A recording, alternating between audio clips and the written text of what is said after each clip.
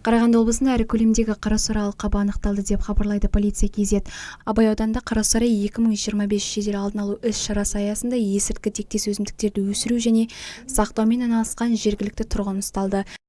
Қарағанды облысы полиция департаментінің есірткі қылмысына қарсы іс-қимыл басқармасы мен Абай аудандық полиция басқармасының жергілікті полиция қызметкерлеріне бірлескен рейд барысында 41 жастағы күдіктінің үй ауласында есірткі заттарының ірі партиясы анықтады. Тексеру кезінде полиция 40 түп кептірілген марихуананы тәркіледі. Олардың жалпы салмағы шамамен 5 келіні құрады.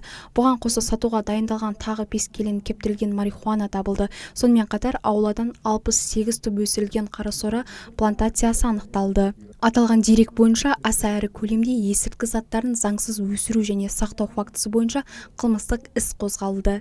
Тәркіленген заттар сараптамаға жіберілді. Қазіргі уақытта тергеу амалдары жүргізілуде. Қарасора жедел алдын алу іс-шарасы жалғасып жатыр. Полиция органдары өңірде есірткінің заңсыз айналымына қатысты кез келген деректі қатаң бақылауда ұстайтынын атап өтті.